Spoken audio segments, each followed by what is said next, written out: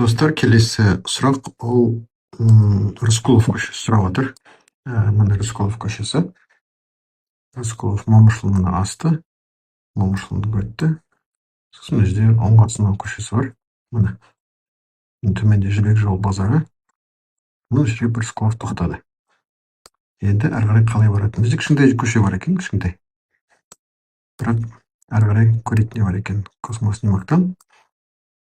Мысалы, әрі қарай былай жүрсе, былай әлі іздер жоқ ешқандай.